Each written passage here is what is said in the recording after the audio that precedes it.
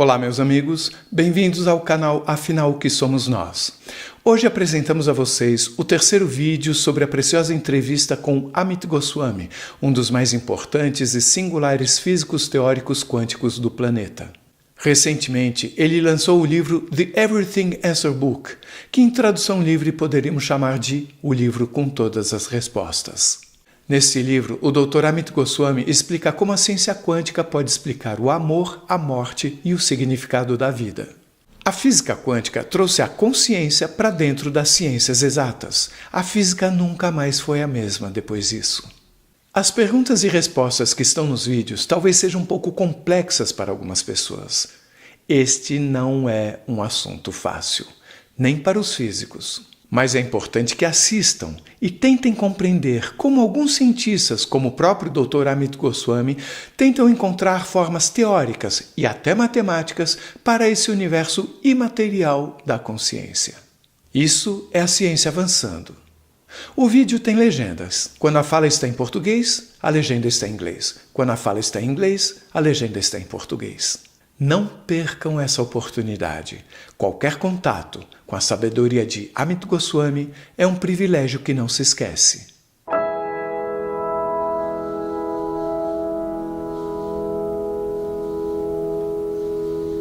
Dr. Amit Goswami, estou muito feliz por estar aqui. Vamos à terceira pergunta. Em alguns dos seus vídeos que estão no YouTube, chamados de Quantum Thoughts, ou Pensamentos Quânticos, o senhor fala sobre o sentimento de unidade.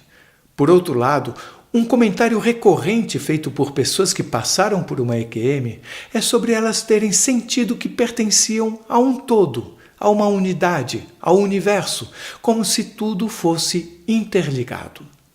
Pensando no conceito de entrelaçamento quântico, isso me faz refletir sobre o Big Bang. Afinal, se tudo nessa dimensão física do nosso universo surgiu a partir do Big Bang, como afirma a ciência, não seria correto dizer que estamos todos entrelaçados, todos interligados, já que todas as partículas do universo estão entrelaçadas porque elas surgiram do mesmo evento?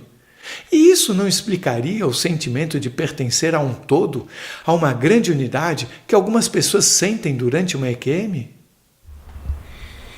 I think now you are really mixing up two different worldviews. The materialist worldviews, although if you assume that everything was correlated before they began from the same thing, it sounds like it's quite possible that they would be non-locally able to communicate. But that's not true.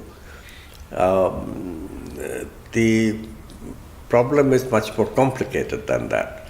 Quantum possibilities are not manifested without conscious observer. So although Big Bang was created 14 billion years ago, in some sense, but it was created by delayed choice. Delayed choice going backward in time, when the first living cell arose, not necessarily on Earth, but anywhere in the universe. And then going backwards in time, from that event of manifestation, the planets manifested, the sun manifested, the stars before sun, they manifested, and galaxies manifested. All this manifestation going all the way back to the Big Bang that manifested. That is the only way we can understand the consequence of quantum physics. It's a little bit complex, but it's also very satisfying. Our questions finally find answers. We don't have any paradoxes anymore. But we need the living observer in order to manifest. Living observer, the best observer is the living human observer, but even a single living cell has the minimum criterion for being an observer.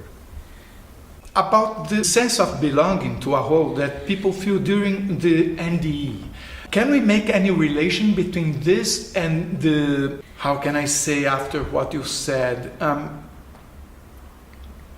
the universe self-aware?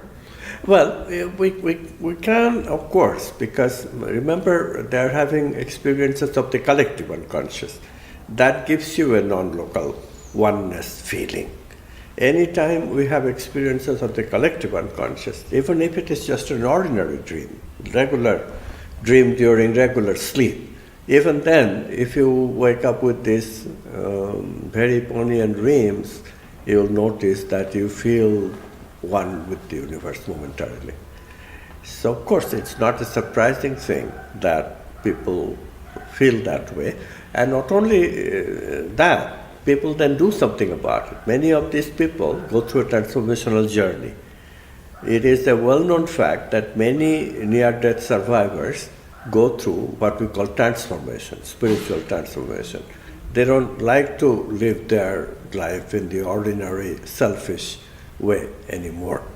Yeah, that's true. O Dr. Amit Goswami chama atenção para a transformação na vida das pessoas após passarem por uma EQM. A forma de viver, digamos assim, mais egoísta, mais preocupada consigo próprio, cede lugar a uma forma de viver mais altruísta, como se de fato cada um de nós fizesse parte de um mesmo todo. E é exatamente isso que nós temos encontrado em nossas entrevistas.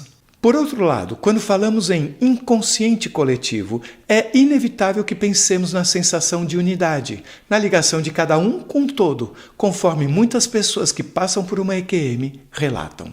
Vejam, o conceito de inconsciente coletivo foi criado pelo inventor da psicanálise, o suíço Carl Jung, discípulo de Freud, em 1916.